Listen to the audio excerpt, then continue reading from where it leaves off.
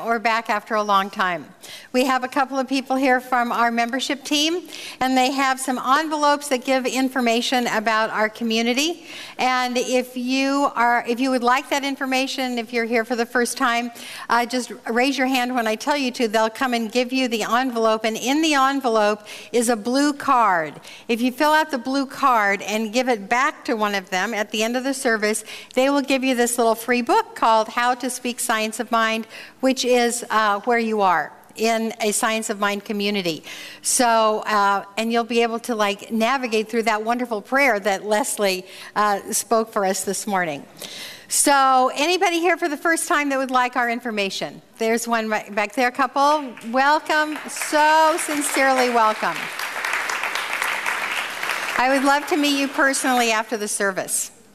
So here we are, we're in a new month, you guys. We're in July, and we are entering the second half of 2017, where our theme is values-based spirituality.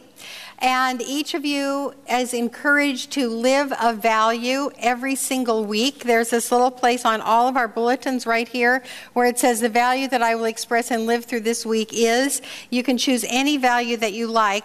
The reasoning behind that is that if we suggest to ourselves a concept like love or peace, if we just suggest that to ourselves, what happens is something that brings that idea or value into our lives, where we get to say, wow, I am really living this naturally, or you say, wow, I have a ways to go to live this, and both of those positions are valuable. So that's why this is just a little practice that we invite each of you to do. So July, this is not working. Okay, so our July theme is open communication. So down at the bottom there, I have a definition that just came to me, which is everyone speaks what they want, no holding back. So there are a couple of things that occur to me with that definition. One of them is that there is an immense possibility for all kinds of disaster.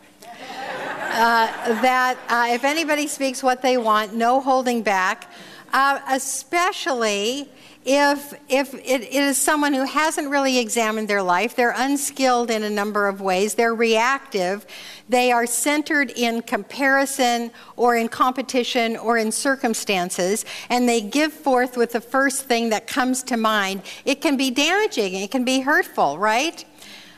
And conversely, if you have someone that has worked on their spiritual life, that they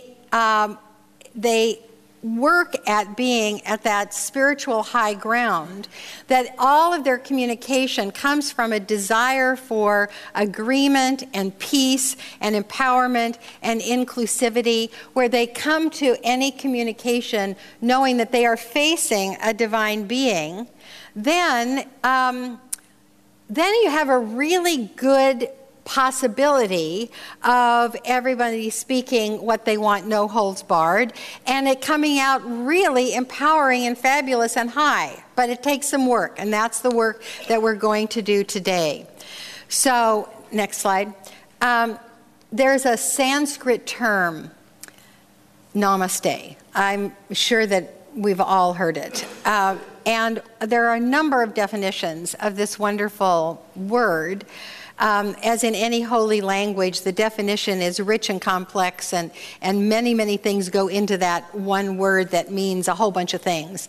One of my favorite definitions of namaste is when I am in my God place and you are in your God place, we are in the same place and we are one. I love that definition. So a corollary of that is this. When I am in my place in God and you are in your place in God, communication is, first of all, easy. It's just easy. and I can see some nods going around. You know what I mean. When you're undefended and you're in love and the person that you're facing is beaming love at you and you have something to say, even if it could be difficult, it's somehow easy. The words come, it's free flowing, there's no subtext, and everybody assumes the great good intent of each other. Even if you initially start out with disagreement, you have the assurance that this person in front of you means you no ill will, and you have no ill will towards them. And so there's this great assumption that everybody has good intentions. So it's easy. Next, it is instantly and completely understood. You don't have to repeat yourself. There's no miscommunication. There's no negative assumptions. And you know, in Leslie's prayer, she talked about the one mind. We believe there is one mind, and that is the mind of God. And each one of us partakes in that mind. We call it our individualized use of the one mind. And when we are in that one mind, we're always in that one mind, but when we're aware of it, when we're aware that we are thinking the thoughts of God, then we are instantly and completely understood. And we all know that we're using that one mind to communicate when we're in our God place. Next, we're absolutely compassionate with one another. That we are gentle, we're respectful, we're caring, we're heart-centered in our communication. Albert Einstein said this. I love this. This is so amazing for the scientist. I mean, he was very spiritual, of course, you know that, but this is one of my favorites. A human being is a part of a whole called by us universe, a part limited in time and space. He experiences himself, his thoughts, and feelings as something separated from the rest, a kind of optical delusion of his consciousness. This delusion is a kind of prison for us, restricting us to our personal desires and to affection for a few persons nearest to us. Our task must be to free ourselves from this prison by widening our circle of compassion to embrace all living creatures and the whole of nature in its beauty. That's Einstein. Then finally, when we're in that namaste communication, we are absorbed in oneness. We have that feeling that this is one of mine. Whoever it is, this is one of mine. It is just us here. There's no us and them, it's just us. You know, this morning I was reading 5 minutes only, Facebook, of course. You know I love my Facebook. And there was a story, Suzanne Baldwin put it up, but since I've seen it other places. It was about a Muslim doctor who went to a small town in Minnesota. And he and his family were the only Muslims there. And then it got difficult. It got difficult for them, and they were called names. And I mean, this was a doctor in the hospital. And so there were some wonderful people who said, I think it would be really good if you gave some informational lectures about Islam. So he started giving informational lectures, and he was actually asked to go to other little towns around his little town in Minnesota. So he was going to these little towns giving lectures about Islam, and there was a great variety of response. Some people were very compassionate and open, and some people told him to go back and, you know, that he was a terrorist and blah, blah. So it was not easy for this family. And it wasn't until he actually was so fed up one presentation with trying to be so filled with equanimity for everybody that he started expressing his hurt and his children's hurt. And he started, since he was also a student of comparative religions, he started saying, you know, if you're looking for atrocities, you know, here, here, here, here, here. And if you're looking for love, it's here, here, here, here, here. And I mean, he became really passionate. And that was the crowd that said to him, I feel your pain. And so how we get to that oneness is our work to see each other as in mutual respect and absence of violence, a lot of listening, and a lot of flexibility. And so what I want you to think about as we go through this whole month is this kind of communication being possible for us. And just another little parenthesis here, that I've talked to some other ministers in this year-long value-laden theme that we're all doing. Everybody in Centers for Spiritual Living, most people are doing this theme of values. And some of the values, like open communication, seem to us kind of social science-y rather than spiritual. But when you really think about it, communication is what is in my heart, I want planted in your heart so you can understand me and receive me. There's nothing more spiritually grounded than that, in really recognizing the magnificence of each other and holding a place for each other, bringing each other in. So that's what I want for us to all communicate and feel through this month. So the title of my talk here is Communicating High Truth. And that is what happens when we are in our God place. And so this is what happens in the world, in every conversation. When we are in our God place, we can communicate high truth. We can communicate high truth every time we talk, whether we're an extrovert or an introvert, whether we're talking to people or our pets or our plants. You know, it just works. I want to draw your attention to the altar now. I got to do this altar because Galen and Mark Cooper, who originally were assigned today, are just flying back from Ireland. So I got to do this. So the tall, long-stemmed rose from my garden represents high truth. That's the high truth. And the other roses at the bottom there represent all of us really striving for this high truth. I was able to include, or I wanted to include, some other symbols of summer, because here we are in high summer. So you've got the Madonna over there, because Mother Love is really a part of the earth-based spiritual system. It's in summertime. And then this bunny here, I got to tell you the story of the bunny, because what the bunny represents, it's a hare actually. What the hare represents is the rascally nature of the summer hot energy. And usually we think about that as coyote energy, but I think that this bunny just escaped from the coyote. And so he is feeling pretty darn frisky. And then the two little chairs by the fire. Fire is the symbol of summertime. And so we've got a conversation area available for open communication right by the fire, which is in our hearts all the time. So I was happy to do that for you today. So the, there are five bud vases. Each has 2 roses down below. Please, the first 5 people who want them, take them home. Take them home, my gift to you. I'd like to take the big tall vase home, but you can have the little vases and the flowers in them, so I wish you would take them home.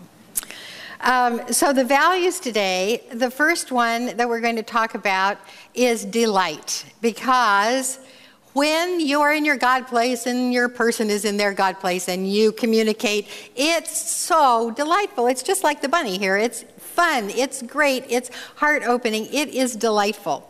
And the second is truth. And that's what we're talking about all today, is high truth, coming from that place of absolute honor and truth. And the last value that we're talking about is oneness. The experience of loving each other, respecting, honoring, giving space for each other in that experience that I am just like you. So the next teaching slide starts out with our higher self communicates high truth. Now, if you were here last Sunday, I talked a lot about our higher self, and I'm going to review a little bit today. but our high self is that God presence within us that is always available to us if we lean into it. Now, all of us, including myself, can still be reactive, can still be in comparison, can still be in the us and them modality. We can be fearful, and that's not where we want to go. We want to stay in that high place where all we see is God out there. So, in review for some of what I talked about last Sunday, first of all, our higher self is always aligned with God.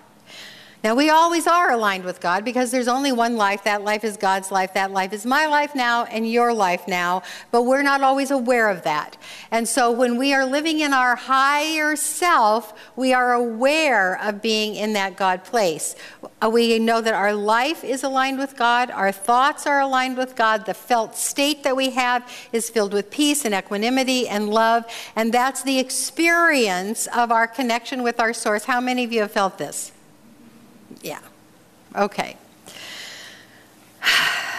I found this in the textbook.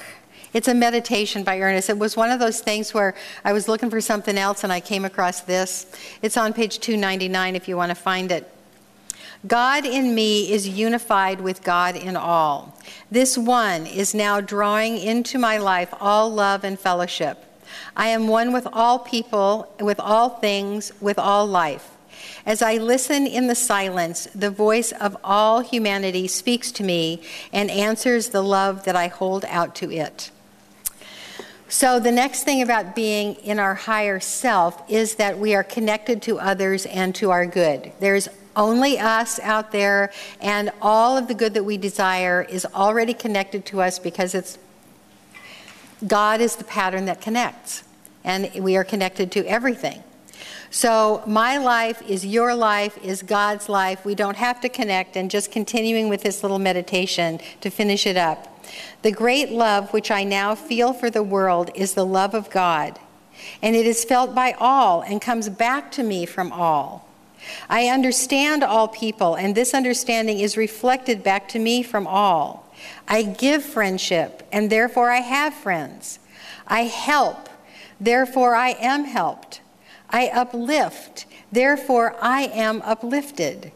I am now surrounded by all love, all friendship, all companionship, all health, all happiness, all success. I am one with life.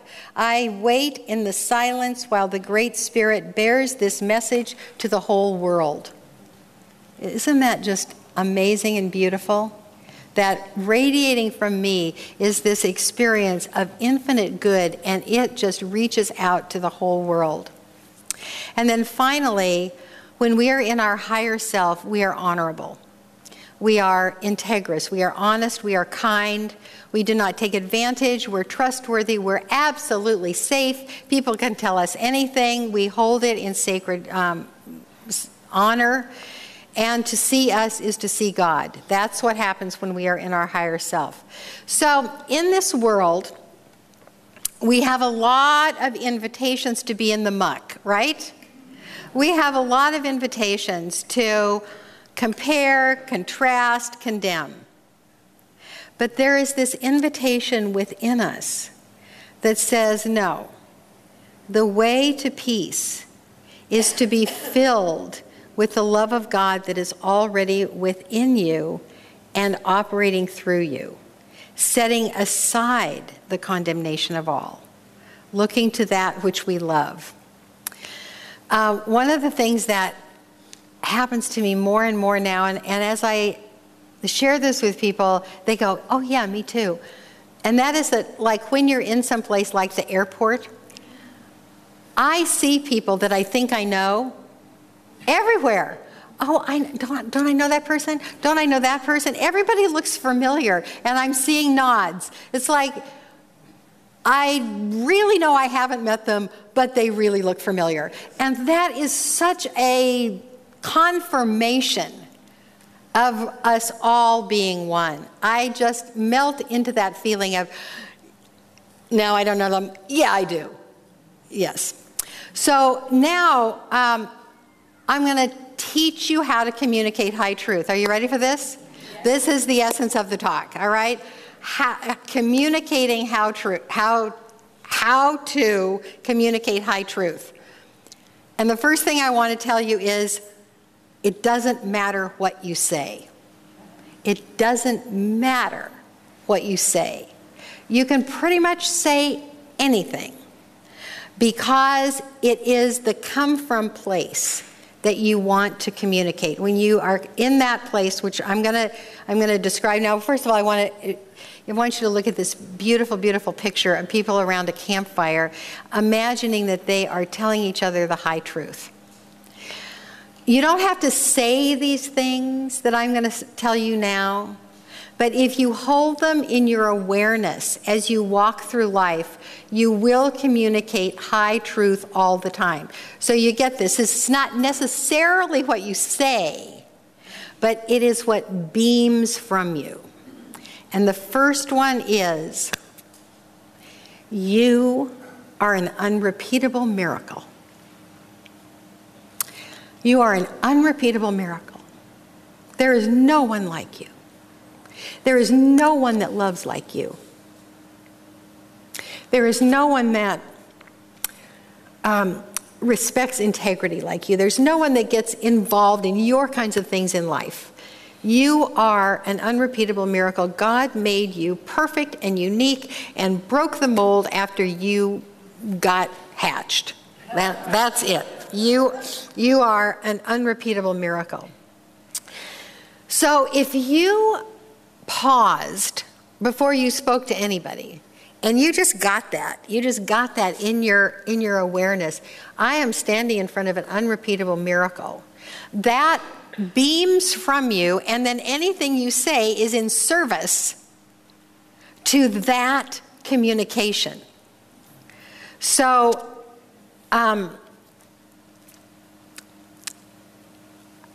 it takes some awareness to do this, and I'm telling you that I am not there all the time.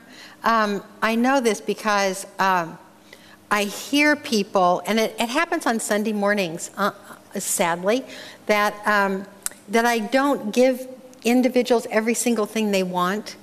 And over the years, there have been people that come to me and say, Reverend Carol, so-and-so thinks you don't like them because of something. You didn't speak to them, or you looked past them. And so I want to say I'm sorry if that has ever happened to you. I am in this learning curve just like everybody else, and to be moment by moment by moment aware that I am in front of an unrepeatable miracle, especially when they come so fast. Miracle, miracle, miracle. Just know that in this moment I look out and I see 82 miracles. Absolute miracles. Next is the high truth that we are all connected in the life of God. And so if I am connected in the life of God with you, I know some things about you.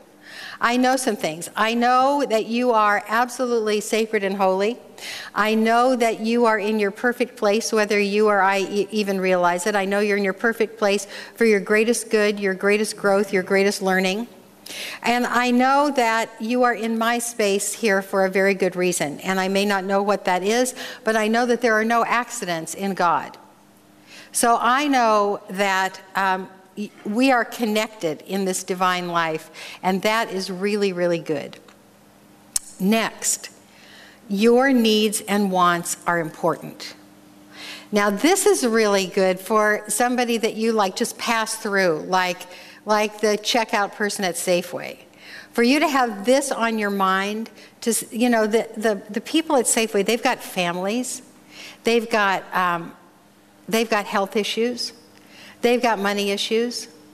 And for me to know that just like me, this checkout person wants more pleasure than pain in their life. You know that. Just like me, this checkout person wants to feel safe in life. Just like me. Just like me, this checkout person wants to feel useful. That they are not just going through the motions of giving you your peas and your carrots. That they are useful in a deep way in life. And that they want the best for their family, just like I want the best for my family. So if you can come to that with that beaming from you, then you can communicate all of that just by one little bit of eye contact. And how many times have we gone through Safeway without having any eye contact at all? You know, they hand you the receipt and you are out the door. Just that much beams to those people that you and I are one and it is good.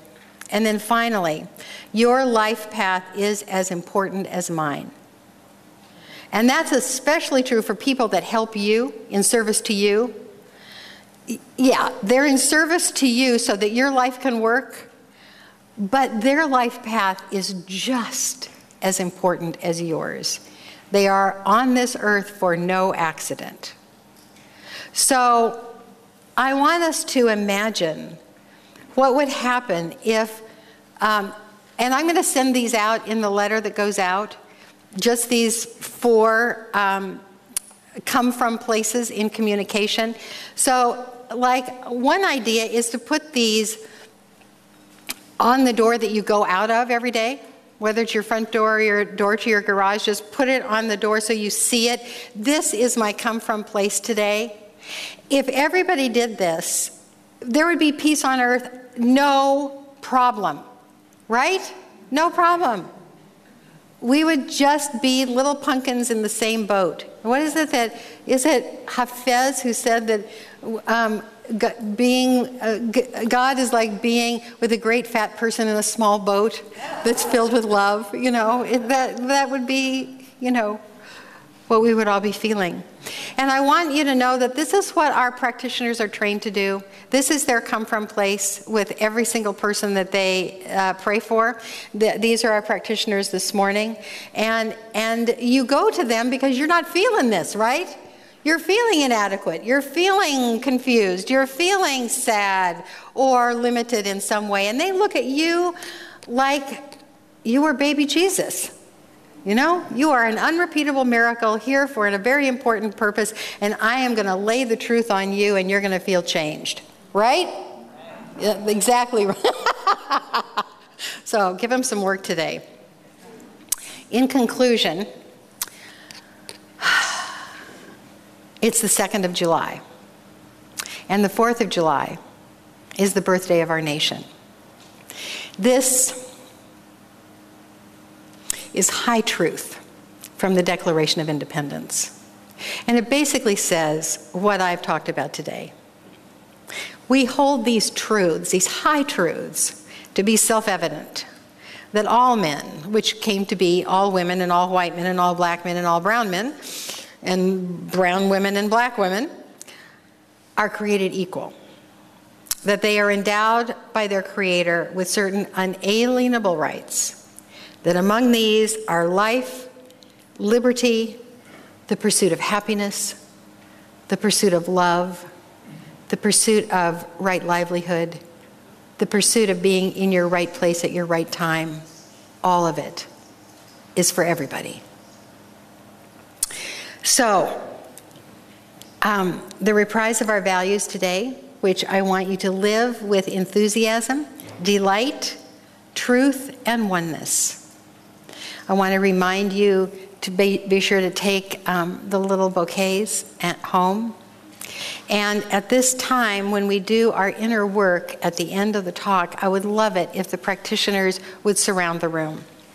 And as the practitioners are getting in place, I would like each one of you in the center to feel that you are surrounded in this container of love, that these men and women have studied and prayed for years and years and years. There are hundreds of years of prayers that are surrounding you now. And so you are in this container of absolute love as we do the inner work. So as each one of us goes to our God place within, maybe if that's a new term for you, just imagine that you are sitting in your physical heart, that your awareness drops down from your head into your heart. You might imagine that you can actually breathe right through the center of your chest. And as you do, your heart opens and warms, and the sacred heart opens,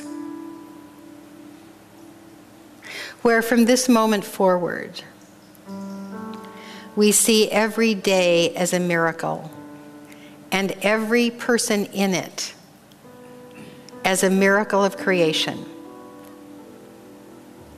We see every person as one with us, that their sacred heart and our sacred heart beat together, and that the pain that they feel, I can help them hold, and the joy that they feel, I can share with them as well.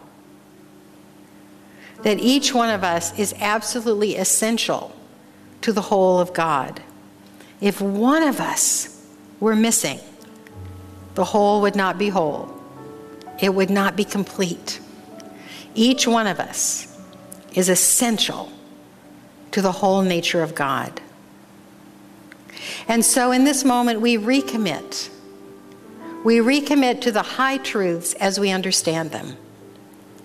Just to love more, or to be more patient, or to breathe a little bit before we respond. A step at a time to world peace.